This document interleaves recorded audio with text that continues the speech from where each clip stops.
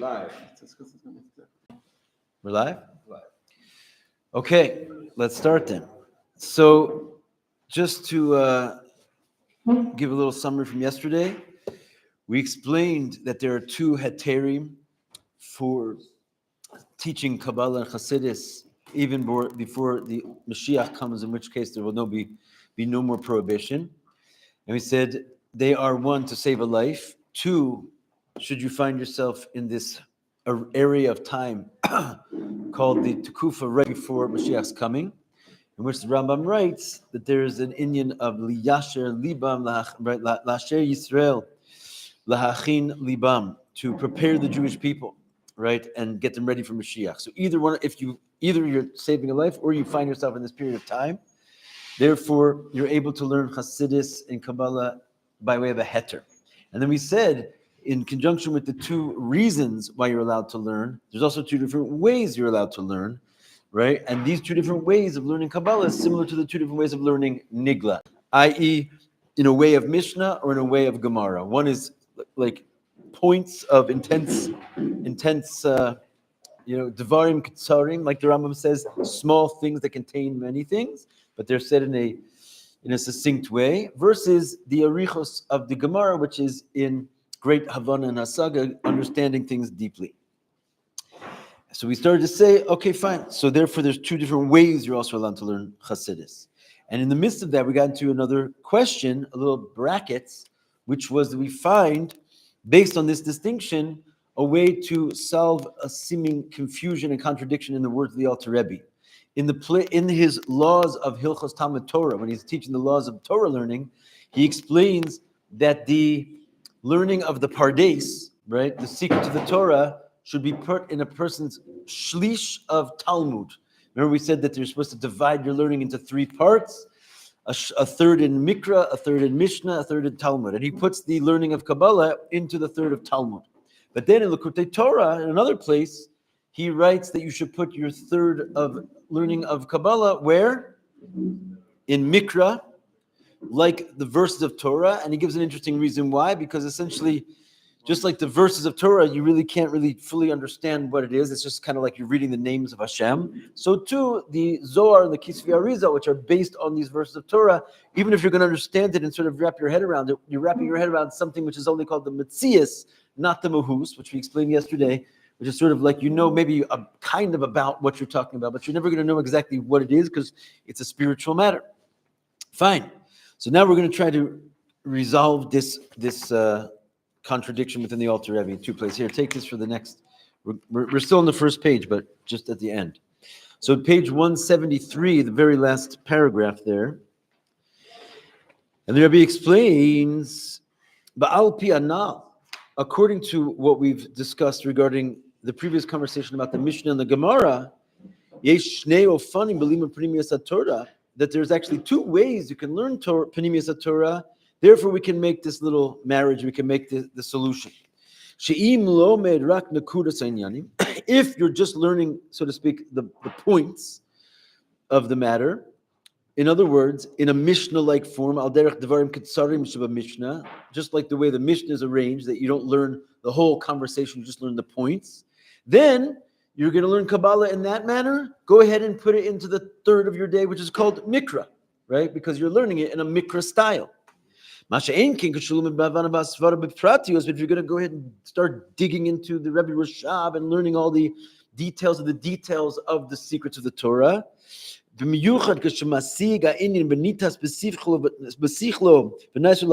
particularly when you're going to grasp the matter very well in your mind, and you're going to become united with it, like we said before, in a way of what's called yisparnasun, to be nourished from the idea because you mamash digested it, then you put it in the shlish of Talmud, and no problem. Now we've organized the Alter Rebbe. It could be in both categories depending on how you're learning it. There's different ways of learning. Shulimu Temimei halachas, turning the page. This is the learning of the reasons of the halachas. Ad lilmod be'iyun lavin davar mitoch davar, to the point that you're going to learn it with a great intensity, which is called learning davar mitoch davar, which means you can, from one idea, the way you understand it, you're going to be able to find all kinds of new insights and even chidushim and sort of break it down into all its parts. That would then be called learning Kabbalah as a way of learning Talmud. Fine. End of brackets. B'yesh lomar, shnei ofanim elu ba'ofen halimud. These two types of learning, either Mishnah or Gemara like, it depends which one you're engaging with, whether you're going to learn Kabbalah by way of a Mishnah or by way of a Gemara. It depends on the reason you're learning the Kabbalah. Right? We said there's two heterim. One is for Pekuach Nefesh. One is because you've entered into this new period of the end of days. So depending on which heter you're relying on, that also enables you to learn it in a different format, in a different manner. You following this? So he says, Al piatam, if you're basing your Kabbalah learning on the reason, on the heter, which is called Eis Lasos La Hashem, which means we find ourselves that there's a time to do for God. We have to, so to speak, destroy his Torah.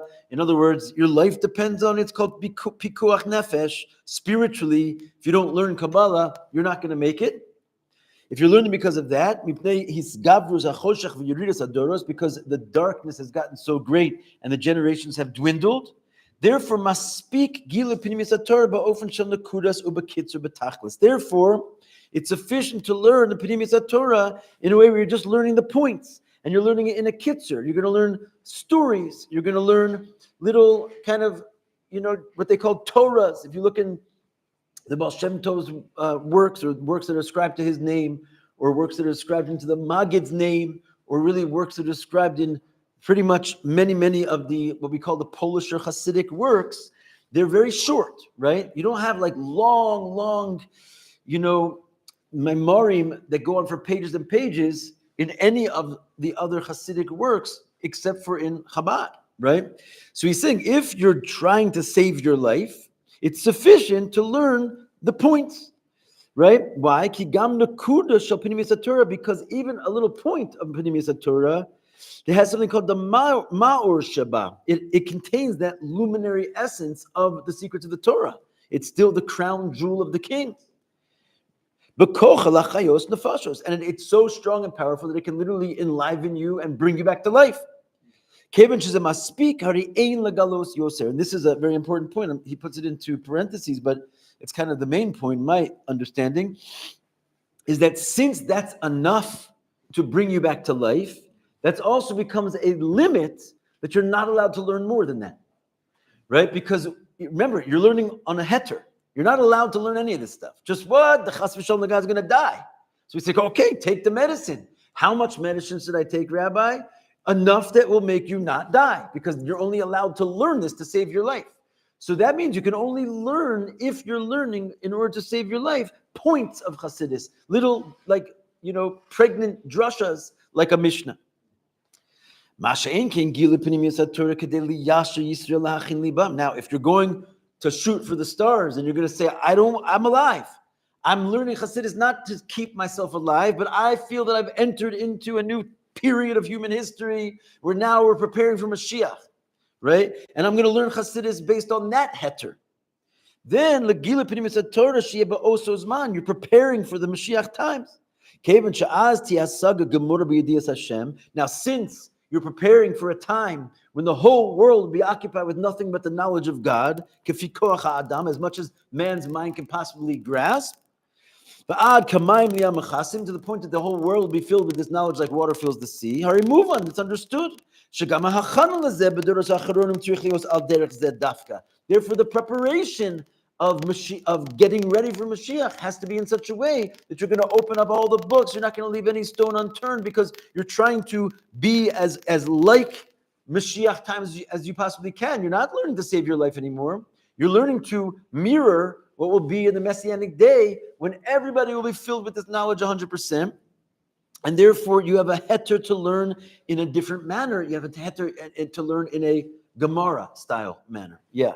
According to one of the Rambam's principles of faith, shouldn't every Jew constantly basis or belief be to constantly be prepared and ready in Mashiach? So what would be the difference? Why wouldn't we suddenly have this heter to learn, and other Jews who should also be constantly expecting to be ready for Mashiach, why wouldn't they be also? Right. So just to point out that same Rambam, he didn't even take the first heter, right? As in his days, he wrapped up the Kabbalah in a box and put it away. And even though the others, including the Rebbe at the head of this project, proved many times over in so many different places that the Rambam was in fact a Kabbalist and definitely had his hands on the Zohar, but the Rambam didn't speak a word about it because the Rambam was busy following the laws that you're not even allowed to learn it for Pikuach Nefesh, because in the Rambam's days there was no critical point that the Jews were going to die, so to speak. We were still strong enough.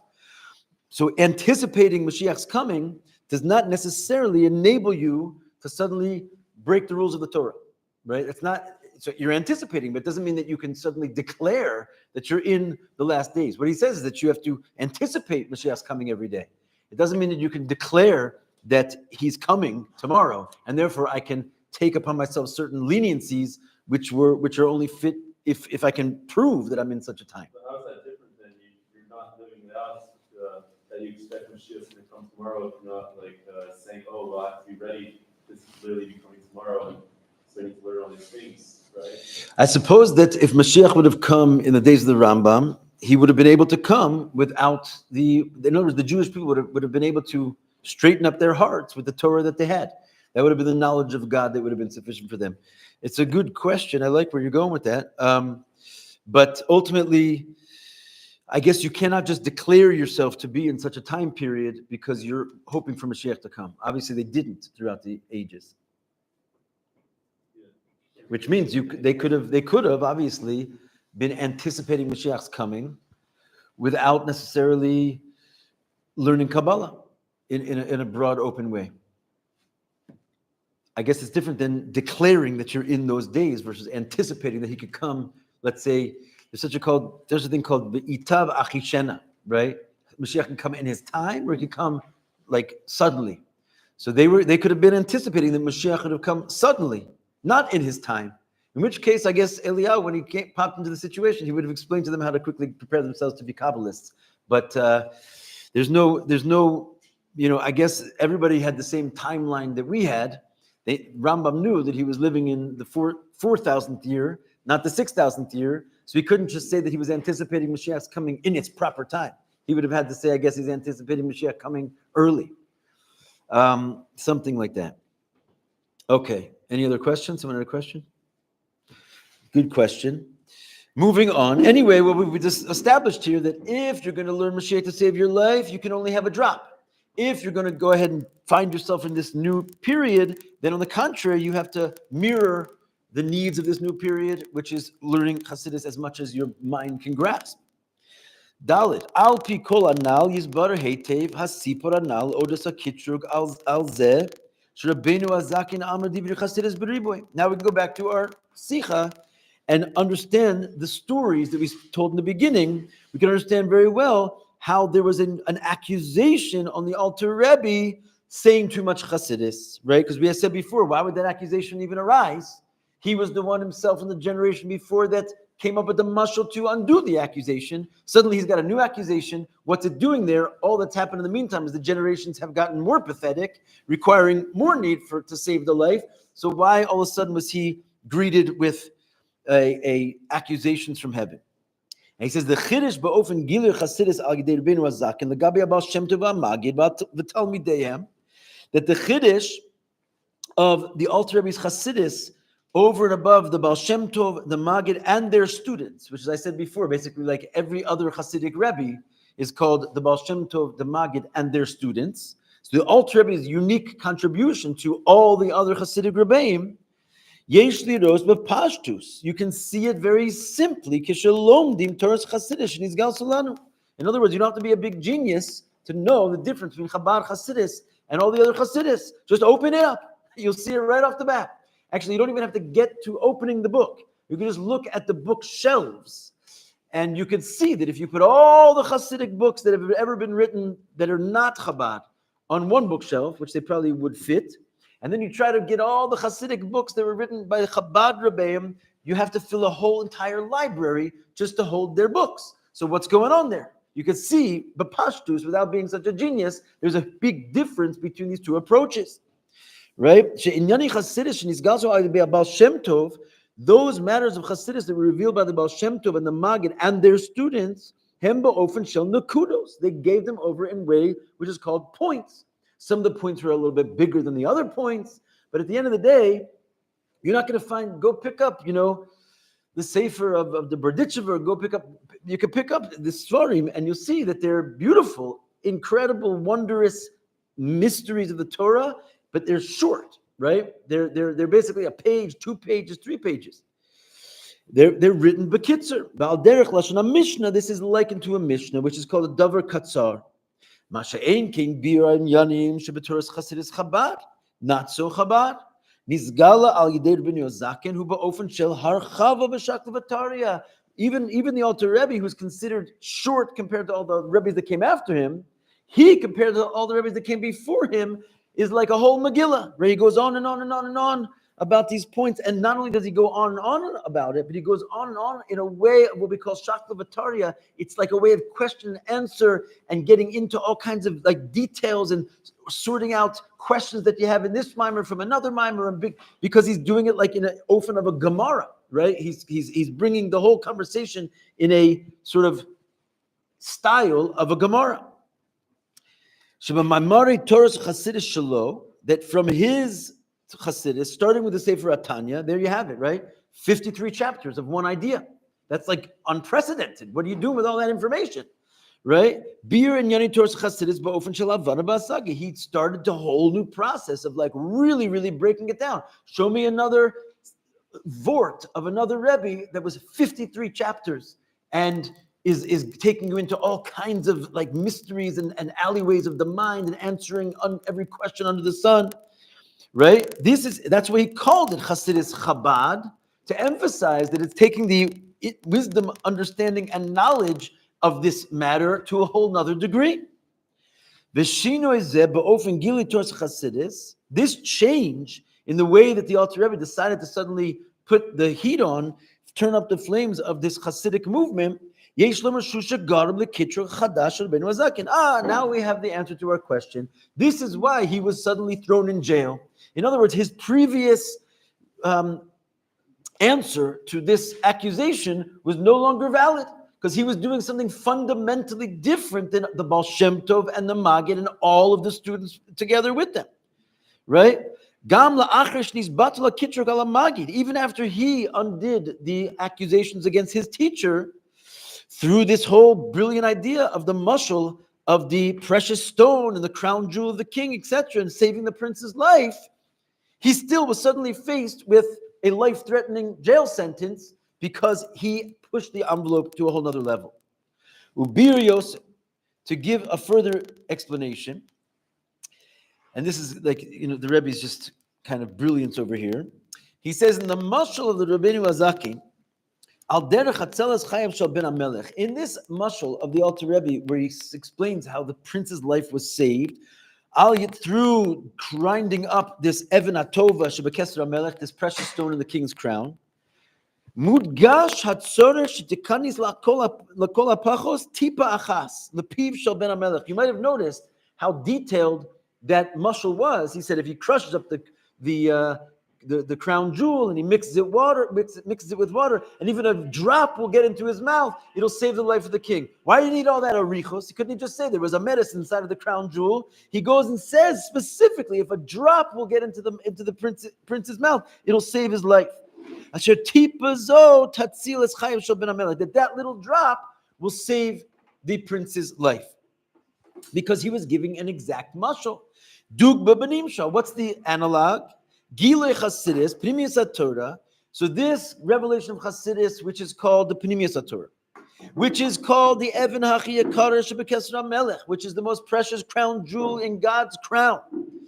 I'll call panim ba'ofen shel nakuda. Even if you're going to just give over a drop of it, a point, a Mishnah style version, as we said before, gam nakuda chas shel Pnimius HaTorah yesh bekocha lahachayos et ben hamelech. He was saying exactly what was required in order to save the Maggid's path. He was saying that if the Maggid is allowed to give drops of Chassidus, because we're relying on a heter to save the life of the prince, the Jewish people.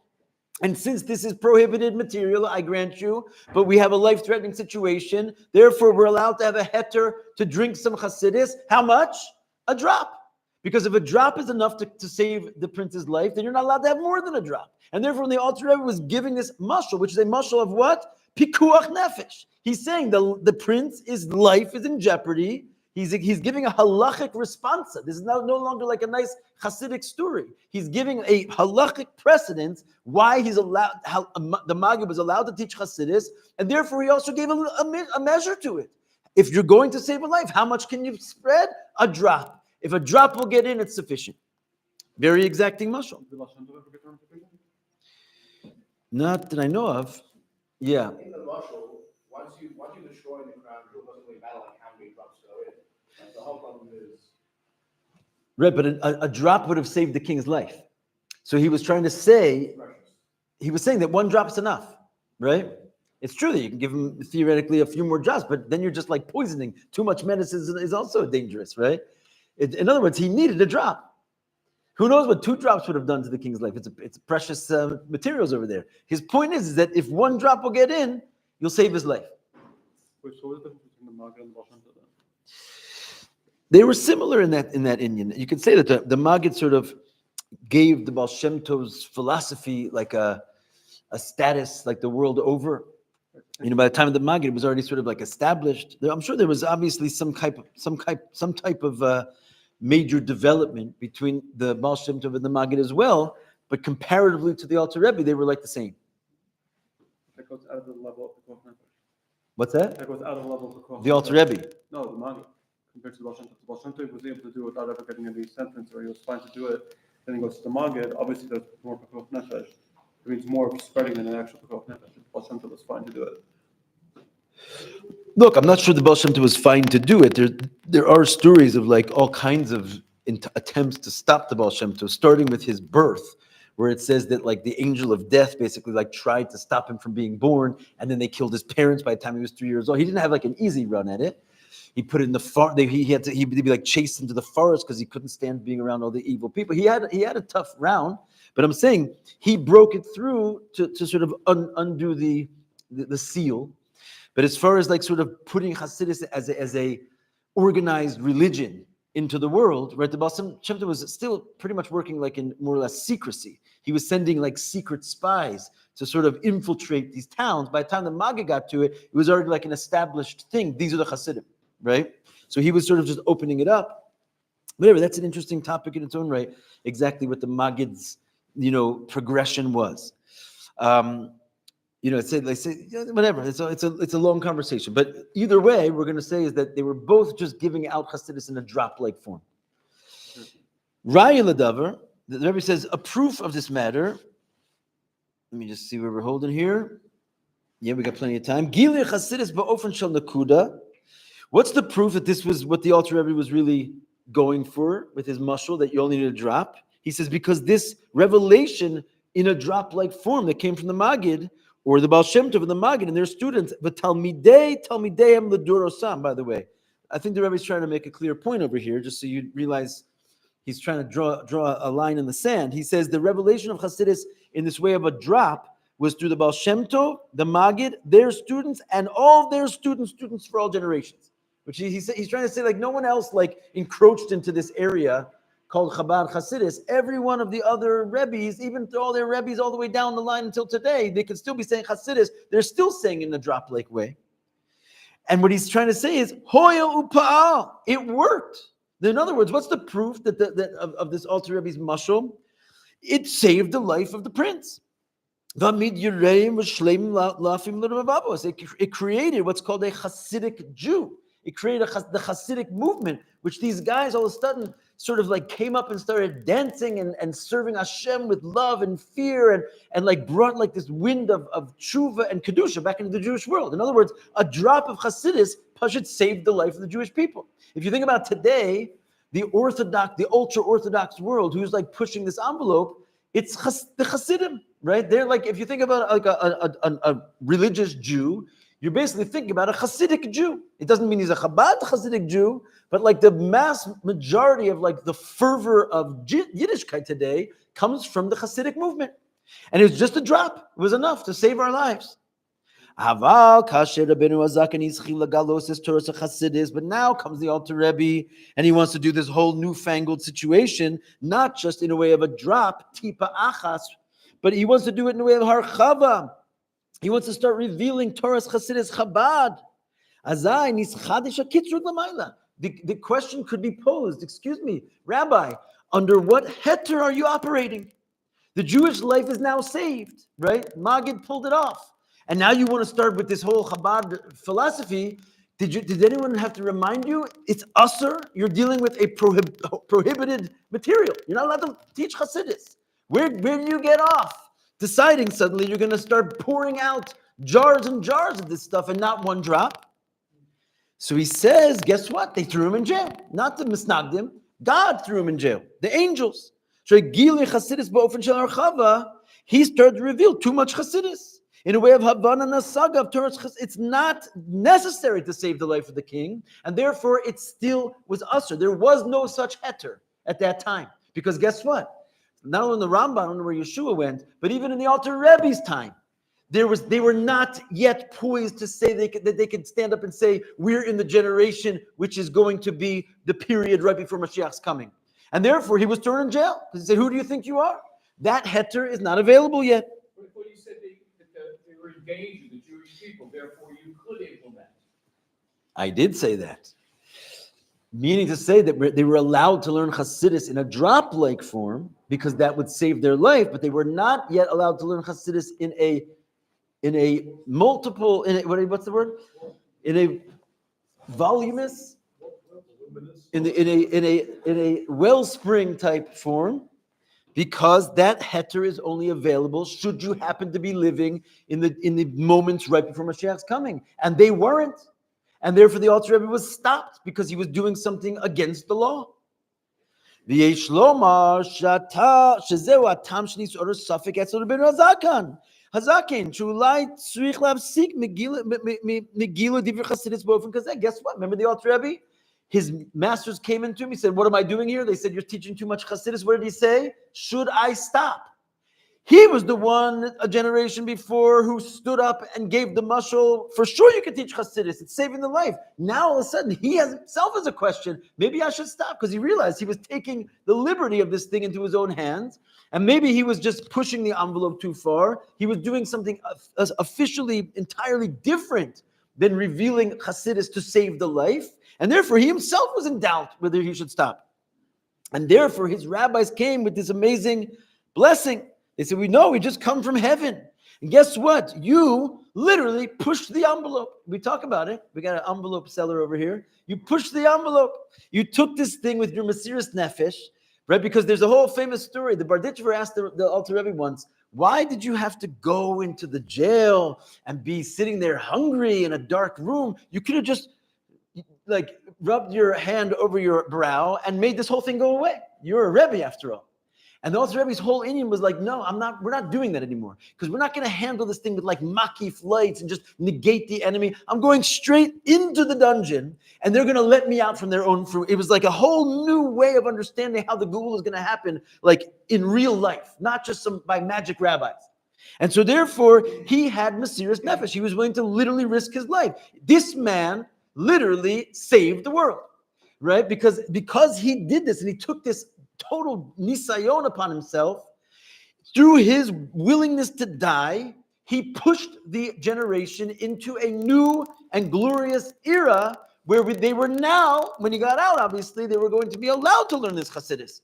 In which case, he changed the status of the world from being a world of gullus to a world which is now poised and in a new period where we're allowed to prepare ourselves for Mashiach to the point that we can learn as much Chassidus as we possibly can. If it wasn't for him, we'd still be in gullus. These men are serious people. Avram went to a fiery furnace. There, it could be you. You could do it yourself. He changed the status of the entire creation. And due to his Mesiras Nefesh, his rabbi said to him, you sat in this prison, you affected above that you can continue with this project of teaching Chassidus in this wondrous new way, breaking forth with a new heter. And Adarabba, they said, when you go out, you should say more. In order to Yasher Yisrael Achin Libam, you have Mazel Tov, you have just brought the entire human experience and the Jewish people into the days leading up to Mashiach. Which means you can reveal the secret of the Torah in all of its depths. Torah sheizgalu abias Mashiach va'ad kamayim liyam machasim. Hold back nothing. You can do it till mamish the water fills the earth. And so the project of Chabad Chassidus began. And this really, you have to understand what this is. That's why we're going to celebrate this day on Thursday night. You have to understand what we're celebrating. We're not celebrating a guy came out of jail. We're celebrating the introduction of the entire creation into this final countdown, which is going to bring Mashiach. It's a serious holiday, trust me. In the end of days, all the Jewish people will be celebrating it with all the fanfare. Those who don't know, you have to tell them about it. Mazel tov. We'll finish it tomorrow. So why didn't the whole Chabura teach it? What's that? So why didn't all 120 people start teaching it? All 120 students. Once that heter came out, They didn't